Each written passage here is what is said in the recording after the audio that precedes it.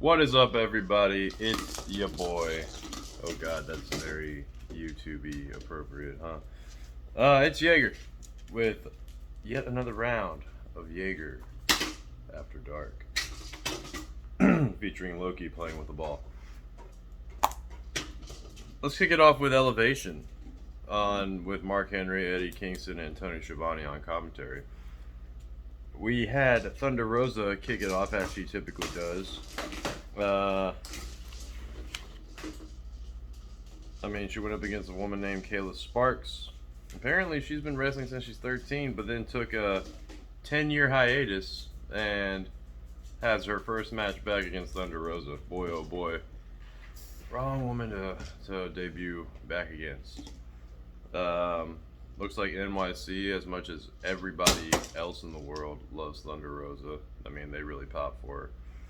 But yeah, Thunder Rosa went on to be 21-2 in her 2021 record. Pretty freaking impressive, if you ask me. That's why she's in our top 5. But yeah, she took the W. That's all I can say. Silver and Reynolds and 5 and 10 went up against T.J. Crawford, Eric James, Kevin Tibbs, and Dean Alexander. And if that just sounds like they drew names out of a hat, it really did feel like it. I don't know what to tell you. 8-man tags are always fun, though, and Silver was full of some crossbodies. Topes were going all over the place. If you want to watch an 8-man tag, this would be one of those ones to watch for your week. After that, of course, Silver, Reynolds, 5 and 10 won. But after that, we had Paul White go up against CPA, VSK, and RSP. And I'm pretty sure that you can make a big acronym out of that somehow.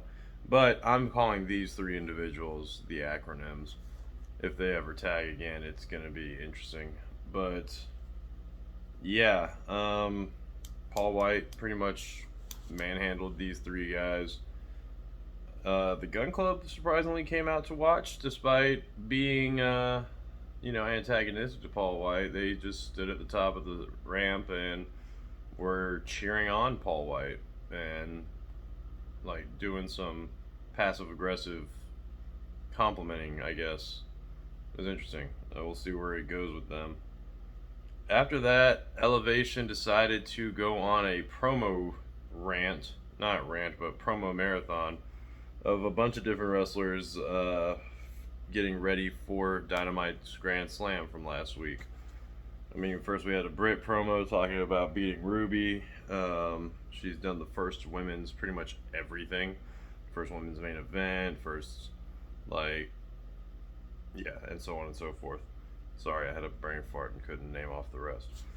MJF was followed up talking about Pillman. Screaming, "Someone please beat me." Kept bringing in guys. Oh yeah, he says you can keep bringing in guys from VKM because only 3 letters that matter in AEW are MJF. Bryan Danielson talked about how he wanted to come in hot, hence his Kenny match.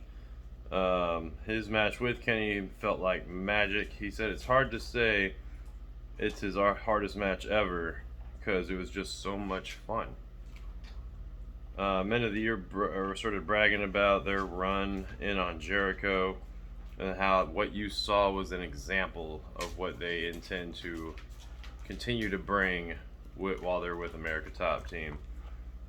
After that, we had Kingston and Homicide talking about how they were going to be planting their flag in New York, just in their hometown, doing it big. Pillman talked about how he was privileged to be on the same card as everybody else that was on this card.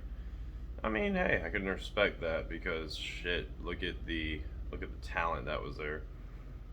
After that, we had Ortiz talk about how he'd never been in Arthur Ashe Stadium. Talked about how him and Santana started wrestling in a playground for change. How they could barely afford a hot dog and now look at where they are. Toy. Couple more. There was Max Caster going over his raps that he would be using. Challenges Tony Khan to a rap battle. Tony Khan brings out Lil Uzi Vert, who just stays silent and is just doing this, you know, like waving all the fans. It was weird. It was a little weird. And then finally we had Paul White talking about how AEW has just grown and skyrocketed in its early years, and how he's pretty much here for the ride. Moving on to Dark, though, we actually had a good amount of matches.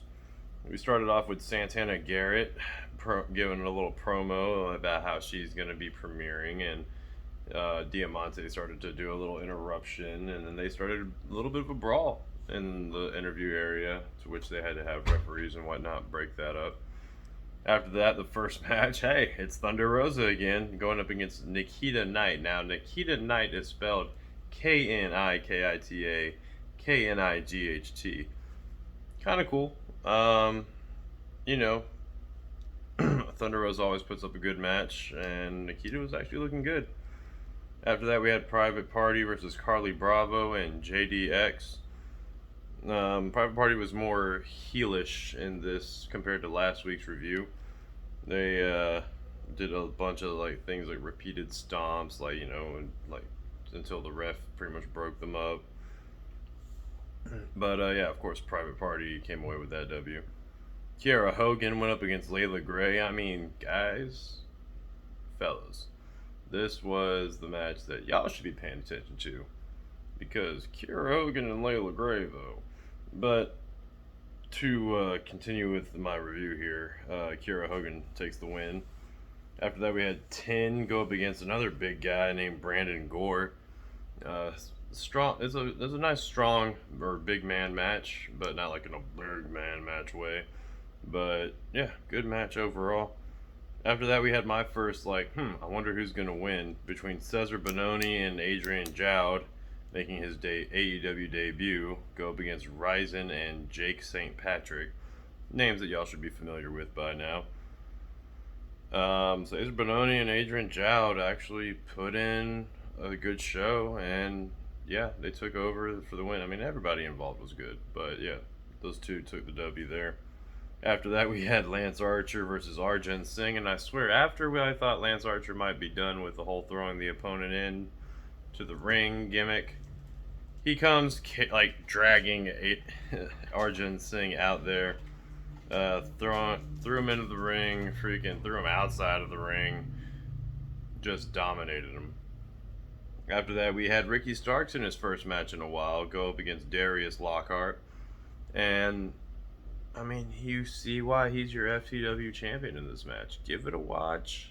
Go give AEW some views. After that, we had Uno and Grayson go up against Adrian Alanis and Liam Gray. Good tag match as well. It just really showed why Uno and Grayson should have won the tag, you know, the whole 5-man tag thing. That would have got them some tag title shots, but booking. After that, we had Reka Tahaka, though, go up against Julia Hart, and surprisingly, Julia Hart won. I shouldn't say too surprisingly, but at the same time, I was really hoping Reka Tahaka would get her first win here. But I guess until she signs that she's exclusively for AEW, then that's not going to happen. Following that, we had Bear Country go up against Jamison Ryan and Brick Aldridge. More big man tag team action, but man, Bear Country just looks good. They really play their roles really well as big man tag teams. And geez, yeah, good stuff. And for our main event, we had Matt Sydal and Dante Martin go up against the Factory's QT Marshall and Aaron Solo.